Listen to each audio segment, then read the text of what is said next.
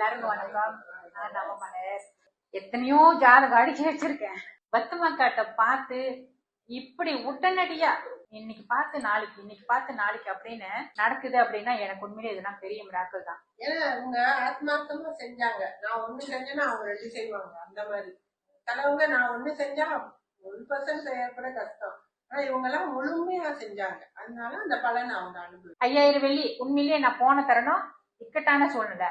இன்னைக்கு அந்த 5000 வெள்ளி எனக்கு பெருசாவே தெரியலமா. போறதுக்கு நினைப்பீங்க, ஆனா போயிட்டு வந்து அந்த துளி கூட இல்லவே இல்ல. நான் இவ்வளவு காசு செலவு பண்ணிட்டேன்னு இல்லவே இல்லம்மா. இங்க வந்தவங்க எல்லாரும் பொதுப்படியா சொல்றாங்க. போயிட்டு வந்தாலும் இந்த மாதிரி அனுபவம் உங்களுக்கு கிடைக்காது.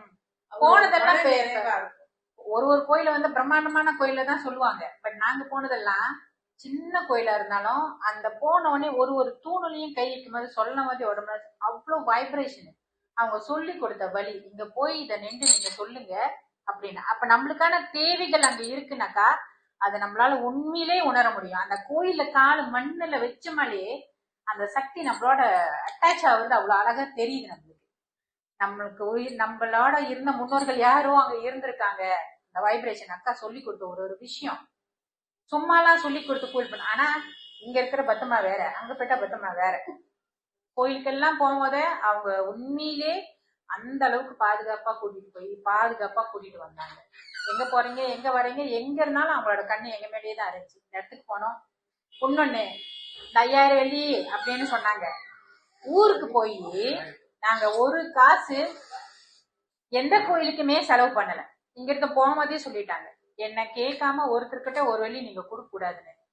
ஆனா எல்லாருக்கும் கண்டிப்பா காசு கட்டி தான் ஆகணும். இல்லைனாக்கா போய் எங்கேயுமே முன்னுக்கு நிக்க முடியாது. நாங்க போன ஒவ்வொரு கோயிலையுமே மூலஸ்தானத்துலதான் நின்றோம். மூலஸ்தானத்துலதான் இப்படி தொட்டு பாக்குற இடத்துலதான் நின்றோம்.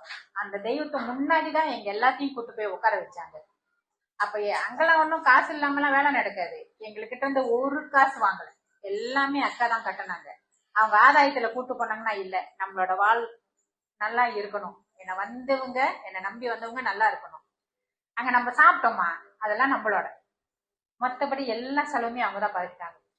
நான் போனேன், இந்த கோயிலுக்கு நீ எண்ணெய் வாங்கி கொடுக்கணும், நெய் வாங்கி கொடுக்கணும், சீனி வாங்கி கொடுக்கணும், சர்க்கரை வாங்கி கொடுக்கணும்னு இங்க இருந்து எல்லாத்தையும் வாங்கிட்டு தான் வந்தாங்க. அவங்க என் கையில கொடுக்கும் போதுதான் தெரியும், ஓ இந்த கோயிலுக்கு நான் தானம் பண்ண வேண்டியது இருக்கு, உன் கை மலையில இதை எடுத்துக்கோ, நல்லா பிரார்த்தனை பண்ணிக்கோ, உன் கையாலே போய் அங்க செலுத்துன்னு பார்த்தா இவங்க வாங்கிட்டு வந்தாங்க. எல்லாமே நம்மளுக்கு என்னென்ன தேவையோ, உனக்கு இந்த கோயிலுக்கு போனோமா, எங்கேருந்து போகும்போதே மலை இந்த கோயில் அப்படின்னு. எனக்கு அங்க போயிட்டு அங்க எல்லாம் செய்ததுக்கு அப்புறம் கனவுல வந்துட்டு திருப்பதி ஏழுமலையா வந்து கனவுல நிக்கிறாரு. பாதை தெரியாம தடுமாறுறேன். அப்பயும் கைய பிடிச்சி இழுத்துட்டு போறாங்க. எங்க போற, இங்க இருக்காரு பாருன்னு. காலையில சொன்னேன், நீ கிளம்பு திருப்பதிக்கு. அந்த ஏழுமலையான் கோயிலுக்கும் கூட்டிட்டு போயிட்டு எங்களை தரிசனம் பார்க்க விட்டு மாலை மரியாதையோட போற இடத்துல எல்லாமே எங்களுக்கு மாலை மரியாதை தான். அப்படிதான் எங்களுக்கே ஆச்சரியமா இருக்கு, என்னடா இது நம்ம வரணும் தெரிஞ்சே செய்யறாங்களா, தெரியாம தான் செய்யறாங்களா அப்படின்னு. அவ்வளவு விஷயங்கள், நிறைய மிராக்கள். அதுவும் இவரை போய் இவரை சந்திச்சதுல பழனிக்கு போனப்பே அவங்க சொன்னாங்க, அப்பா வீட்டுக்கு வந்த மாதிரி நீ அங்க போய் பார்த்தனா என்ன சொல்ல போறியோ தெரியலன்னு. அதுக்கப்புறம் இன்னொரு 3 கோயில் இருந்துச்சு.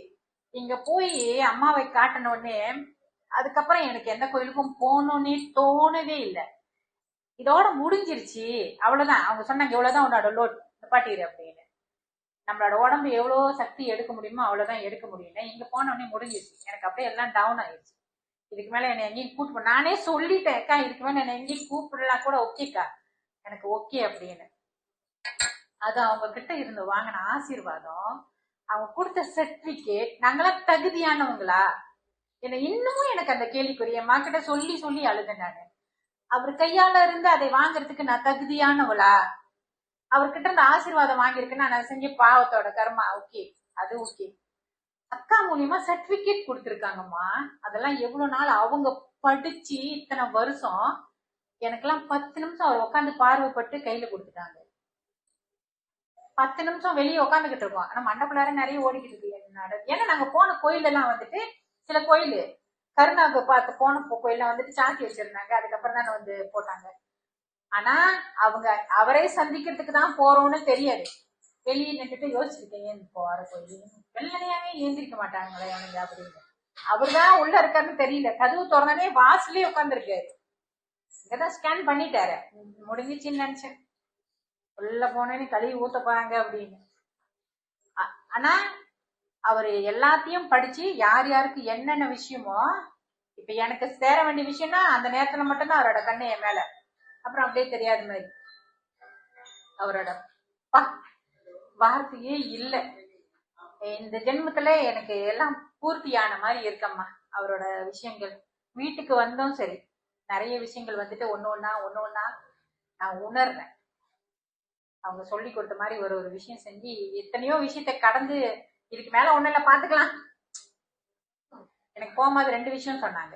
ஒண்ணு, நீ நினைச்சது நடக்கும், இல்லையா எல்லாம் ஏத்துக்கக்கூடிய பக்குவத்துக்கு நீ வந்துடுவ. இது 2ல ஏதாச்சும் ஒண்ணு நடக்கும் மலர் அப்படின்னு. எனக்கு 2மே நடந்துருக்கு. அந்த மாதிரி யாருக்கிட்ட பணம் இருக்கு இல்லைன்றது அவங்களுக்கு தான் தெரியும். ஆனா நான் போகணும்னு நினைச்சேன். நான் கண்டிப்பா போகணும். அது அப்படியே உள்ளேயே வச்சுக்கிட்டே இருந்தேன். நான் போகணும்னு.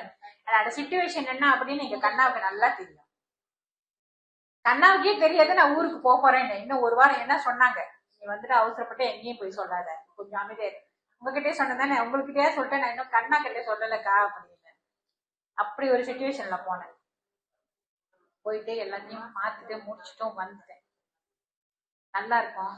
நீங்களும் போகணும், அவங்களோட ஆசீர்வாதம் தரணும், நல்லா இருக்கணும். எல்லாரும் வீட்டுல எல்லாருக்குமே பிள்ளைங்களோட ஆசீர்வாதம் போய் வாங்கிட்டு வாங்க எல்லாருமே அவங்களோட ஆசீர்வாதத்தை. அவ்வளவுதான்.